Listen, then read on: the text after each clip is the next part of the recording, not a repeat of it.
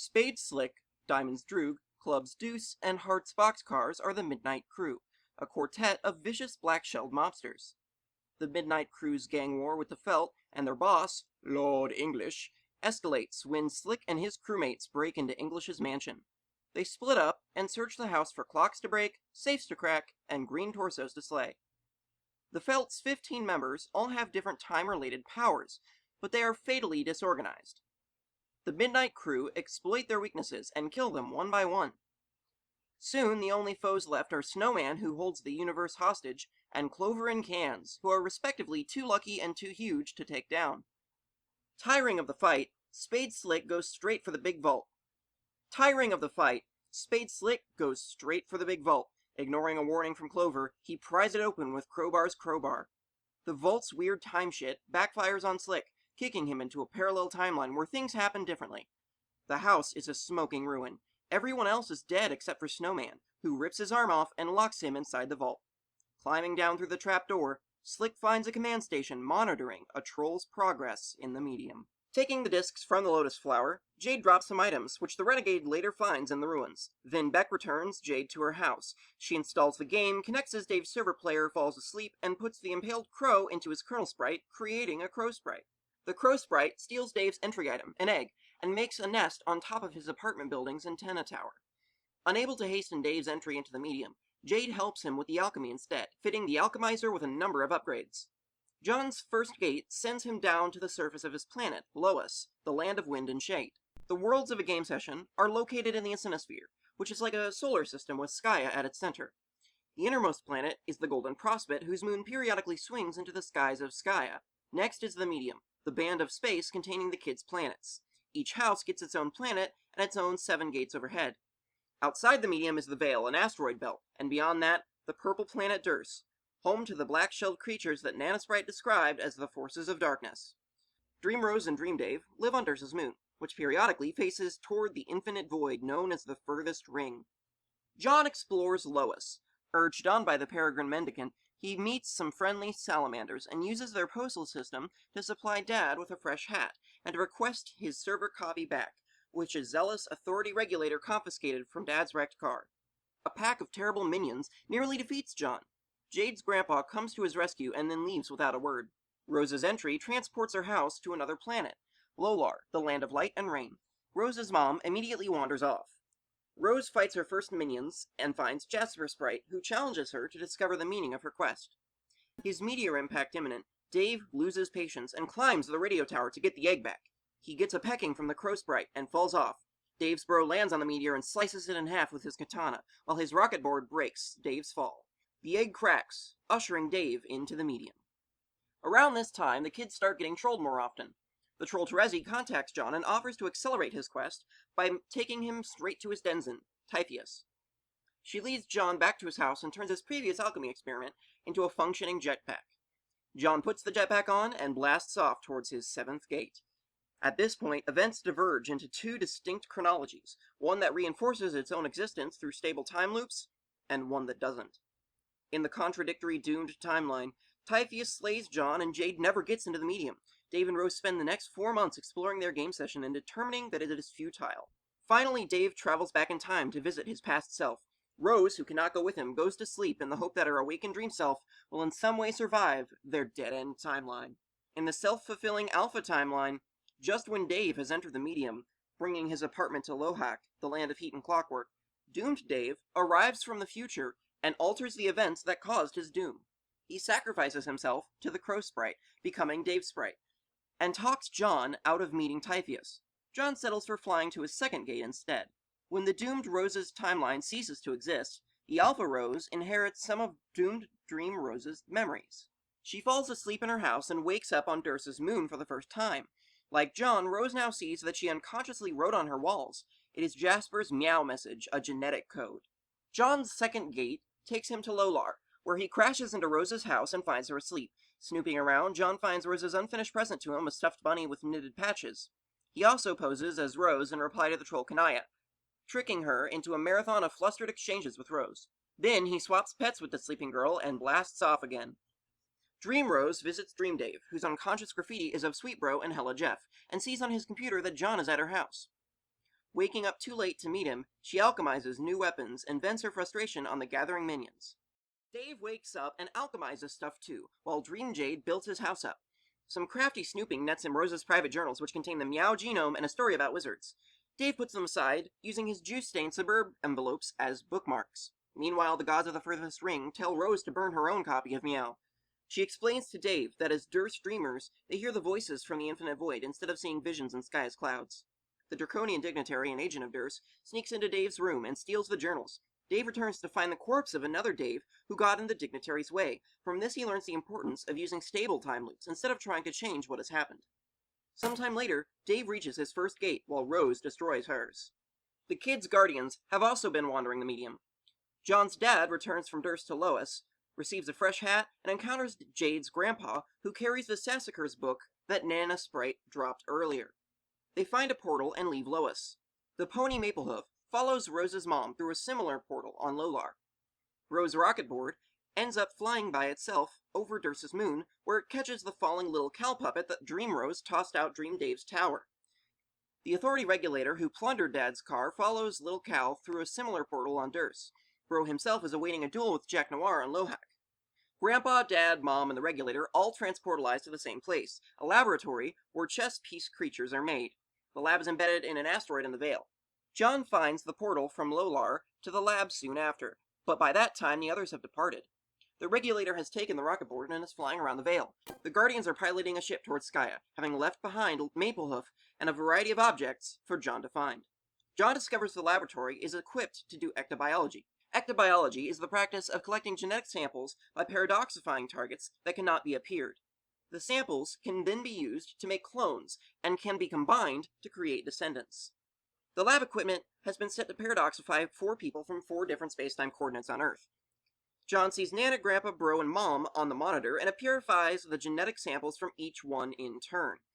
After all their genomes are collected in the form of spooky time slime, the machine gets to work creating clone babies of each one. It also combines Nana's sample with Grandpa's and Bro's sample with Mom's, producing a baby son and daughter from each pair. While John's ectobiological creations crawl around and attach themselves to the objects lying around the lab, the troll Carcat contacts John and explains what he learned from doing the same thing in the troll session. The 4 clone babies are destined to leave the timeless medium, fall to Earth, and grow up to be the people they were cloned from.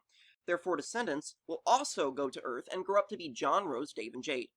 Carcat also warns John that an event called the Reckoning will happen soon in John's session due to Archagent Jack Noir's meddling, and that the kids will fail and die when Noir becomes too powerful. John has no time to worry about any of that. He's too busy handing out stuffed bunnies in a touching reenactment of Con Air. When he's done, every baby has bonded with something in the lab. Baby John has the Sassacre book, Baby Rose has the spoiled bunny from Con Air, Baby Dave has the Maplehoof pony, Baby Jade has the bunny with knitted patches, Baby Nana has Dad's soiled hat, Baby Grandpa has the flintlock pistols from Grandpa, Baby Mom has the mutant kitten, and Baby Bro has Little Cal the puppet.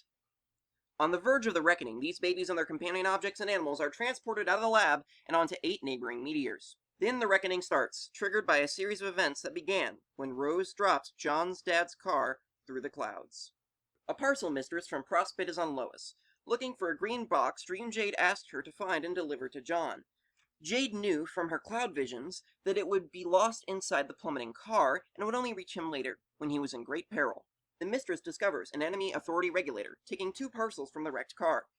One is the green box, and the other is an envelope that John has requested. She greets the regulator and asks for both parcels. He gives her the suburb server envelope, which she immediately consigns to the breeze. He keeps the contraband box for his superiors. Determined to get the box back, she follows him to Durst.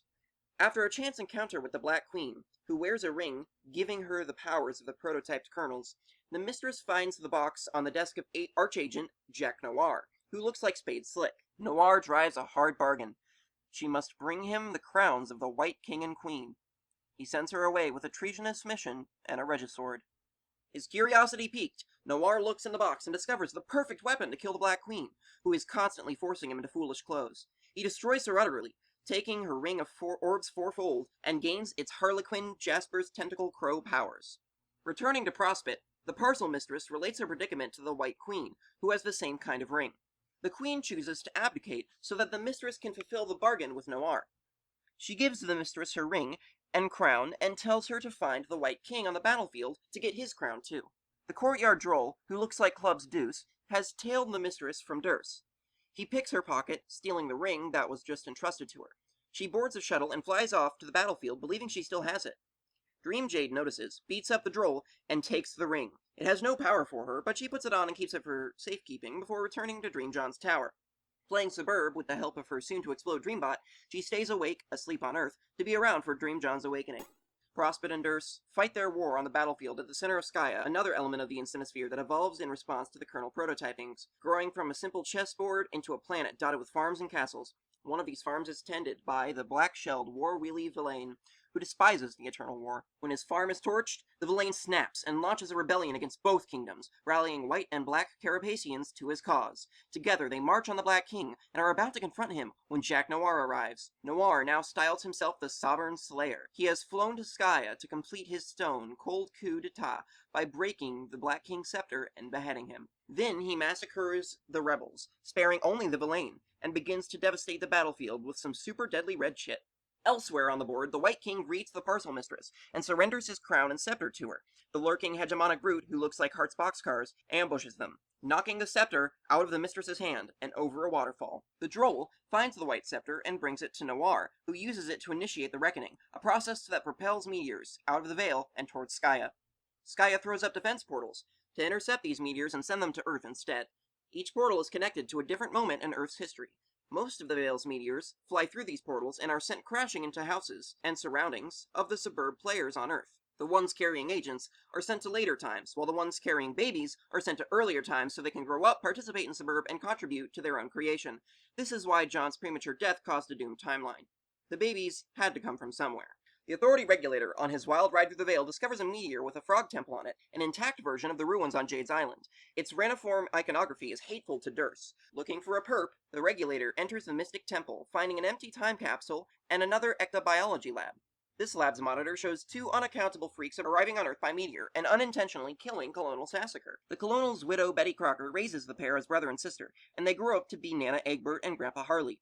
The Monitor has targeted their dog, Hallie, for paradoxification. The draconian dignitary, who looks like Diamond Thrube, enters the temple lab, carrying the journals he stole from Dave's apartment. The Regulator hides and watches. The dignitary casts Dave's juice-stained bookmarks into the time capsule, which stores them for release 400 million years later, and moves on to the lab's ectobiology station, which is set to make an organism by combining Hallie's genome with a genetic code to be input by the user. The dignitary inputs Rose's meow code, and Bequerel is born. The Regulator flees the temple and returns to John's meteor. He finds the boy asleep, as the meteor plummets out of the Veil and transportalizers break. To get John safely off the rock, he ties him to the rocket board and sends him flying back to his land. With no escape for himself, the Regulator rides the meteor to Earth. The Sovereign Slayer flies up from the battlefield and hits Prospit with the deadly red miles. The White Queen escapes on a ship and heads for a Skyan defense portal. Noir severs the chain of Prospit's moon, sending Dream Jade and Dream John plummeting into Skya amid the wreckage of their golden world. Dream Jade tries desperately to wake Dream John. At the last moment, she throws him to safety and perishes in the impact. He wakes on the battlefield and takes the Ring of Orbs fourfold from her body. The Parcel Mistress slays the hegemonic brute with her Regisword and uses his radio to summon Noir. They complete their bargain by exchanging the white crowns for the green box, which she takes straight to Dream John. In the box, Dream John finds a gift from Jade as well as letters from her and a pen pal who helped her build the thing. It is a robot made from the knitted bunny plush that John gave to baby Jade. It holds an assortment of miniature legendary weapons. When Jack Noir returns for the ring, the bunny defends Dream John and makes Noir back off.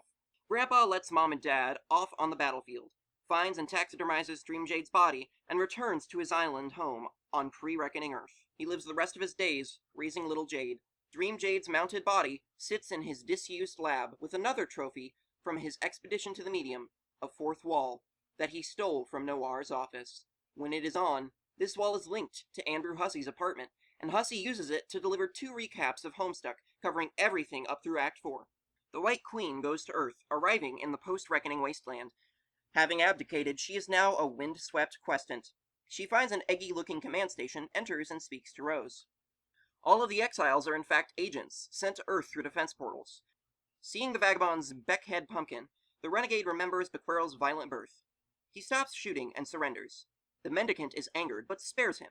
They make peace and eat as the sun sets on their camp. The vagabond shows the mendicant his command station and John's monitor. She teaches John to use the Salamander's Pixis postal system, while the two men rebuild Cantown and the Bullet Militia.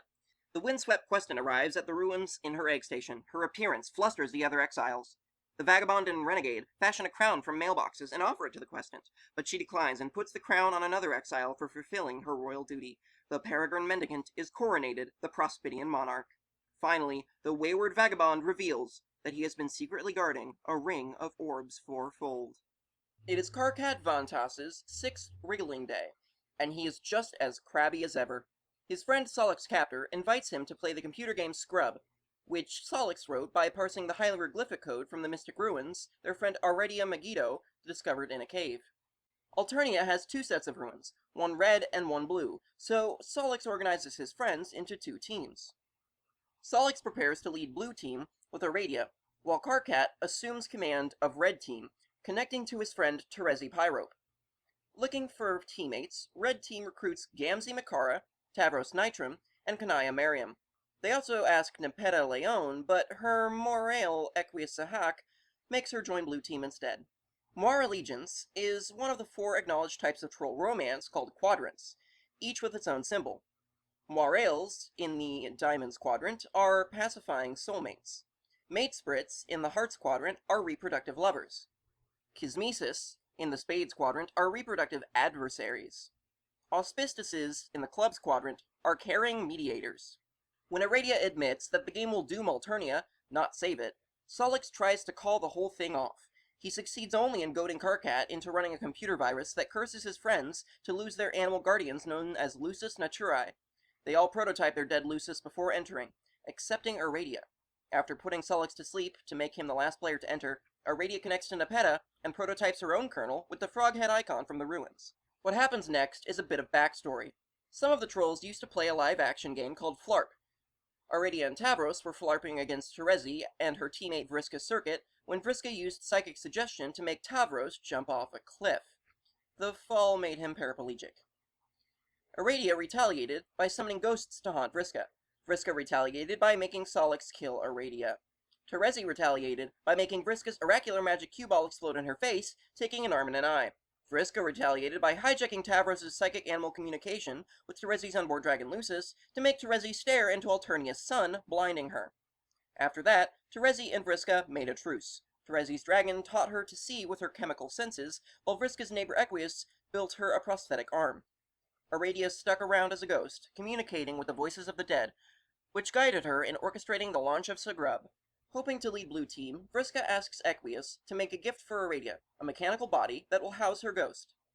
But after constructing the Soulbot, Equius connects to Aradia and delivers it himself, double-crossing Vriska and shutting her out of Blue Team. Vriska connects to Tavros and Kanaya instead. In the land of Pulse and Haze, Karkat meets the Jack Noir of his session, who offers to help him usurp the Black Queen. Red Team aggressively executes the plan, ultimately exiling both Jack and the Queen to post-Reckoning Alternia, where they become a scurrilous straggler and a banished quasi-royal. Later on, Jack would take the name Spade Slick and form the Midnight Crew with his fellow exiles, while the quasi-royal would join their rivals, the Felt, as Snowman.